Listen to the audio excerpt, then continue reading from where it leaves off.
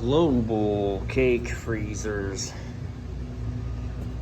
These controllers, a week and a half ago, we discovered were set for hot gas defrosts, and so the units were icing up every few days because the compressor was never dropping out. So they've had this one off overnight. I told them to leave it off so I could come by and see. It was like 60 when I got here. I've turned it on, it's 22. I went through the settings, right? So for these controllers, you can hit this and you can unlock it. And for those of you that missed it last time, let's see, nope. Now we hold down set. That brings you to PA, yep.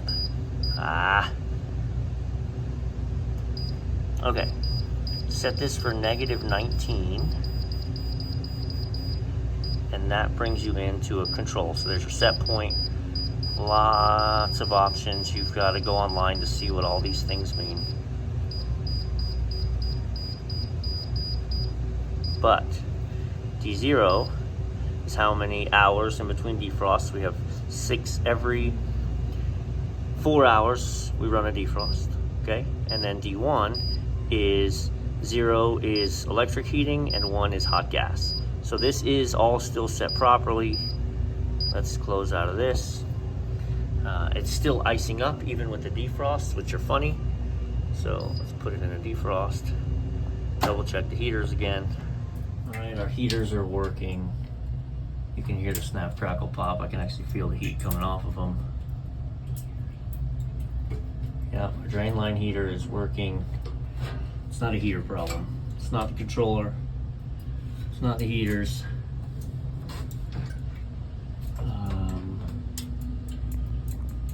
Here's our suction line temp, ambient temp. Yeah, I don't see anything that would be an issue here.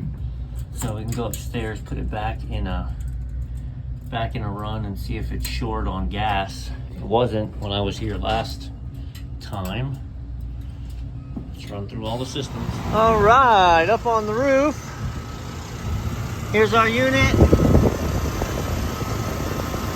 Sight glass is clear. Coils are clean. Micro channels. Fans are running, good airflow. Just for kicks, you can't ever assume for certain, well, you can't ever know for certain just from being here that they didn't cross the line sets. This one's also running. This one's also got a clear sight glass, so even if the installers cross line sets, right? I could be working on this and working on this, and yeah. So no, not a refrigeration issue. So I'm gonna get back into the manual of that controller and just see what all those other defrost options are.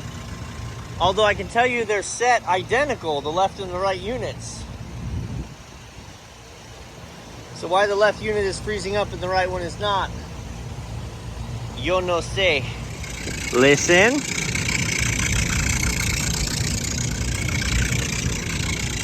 While we're up here, we hear the squealing. Let's open it up, check it out.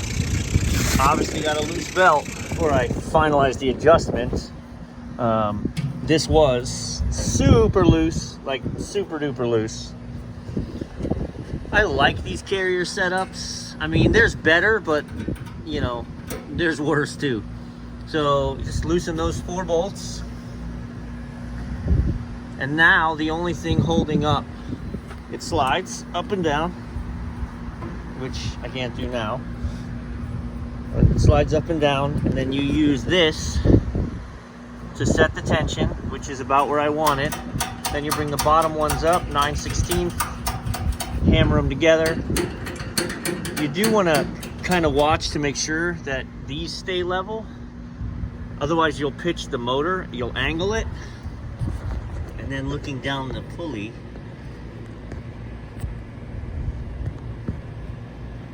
you'll be out of line. The motor will be like that, and your belt will be twisting, and then you wear out your belt really quick. I was juggling phone calls while I was doing all this, but listen, right? Belt's up and running. Beautiful. I pulled an amp draw, made sure I didn't over tighten the belt. We're good. And if you don't ever know, find your label, which is over here. I used the label on the motor. Boy, I went the longest way possible, didn't I? And also, when you pull your amp draw, you gotta have this cover closed and pull it in there. And then you just go to indoor motor, right? Indoor motor, 208, 230, 3-phase, right? And we're running 208, we're allowed 10.8. I was actually only running at 8. So I'm running under. I could speed that up by adjusting the sheave or the pulley, whatever you want to call it. But that's how you know. I realize so much now. Most of you are technicians and do this, and I just blaze through to get things done, and I don't talk about, hey man, I pulled an amp draw, or hey, I tested my gas pressure, everything was good.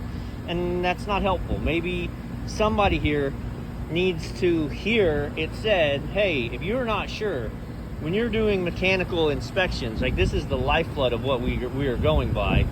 Also the motor, because you gotta realize, unless you're the only one who's ever been here to know this is the OEM motor, then you have to check the motor as well. But this is new construction. I actually installed these units.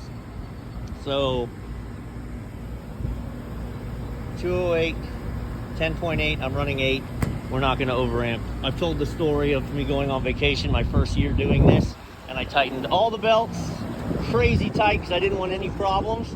And then 2 days into being gone, every restaurant I managed was blowing blower motors.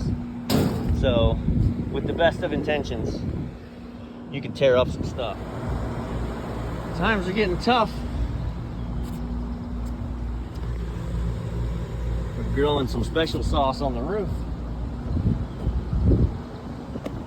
I mean, as cute as that is, we gotta get rid of it, because those roots are not going to do these membrane any favors. I've gone through every defrost parameter and they're identical. The probe placements are the same. It's Friday morning. I'm gonna let this roll and I'm gonna swing back through on Monday and take a look at it. So they're saying it takes about a week to frost over. If I can see it good and iced up after a few days, I'll have a better idea of what's going on, because mechanically I can't get my finger on a problem. Mechanically she's working correct. So these can be frustrating, but we'll get it.